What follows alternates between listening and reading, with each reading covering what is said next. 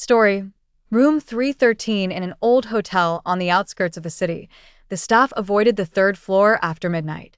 There was no clear reason, just a heavy feeling, as if the air on that floor was unbreathable. But they all agreed on one thing: Room 313 is never opened.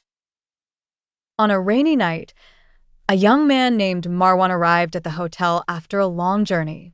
He was tired, soaked to the bone, and all the rooms were booked except one, yes, room 313. The receptionist initially refused to give it to him, saying in a trembling voice, "This room isn't ready, sir. There are electrical problems." But Marwan insisted. He didn't believe in superstitions and just wanted a warm bed. He took the key and went up in the elevator, the rain pounding against the windows as if warning him of something to come. As soon as he entered the room, he felt cold, even though the air conditioning was off. The light was dim and the walls were faded, but what caught his attention the most was the large mirror in front of the bed.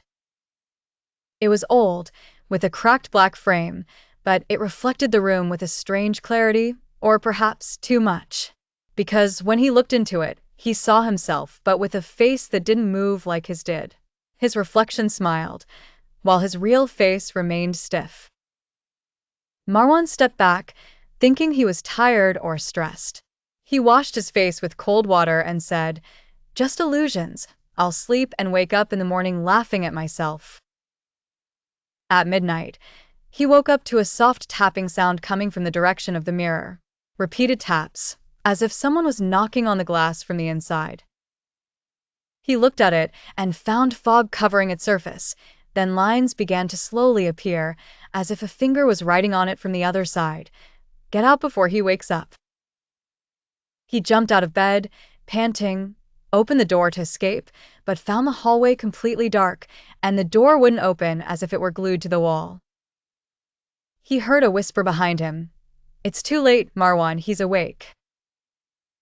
He turned slowly towards the mirror and saw himself standing there, but this time his reflection didn't mimic his movements.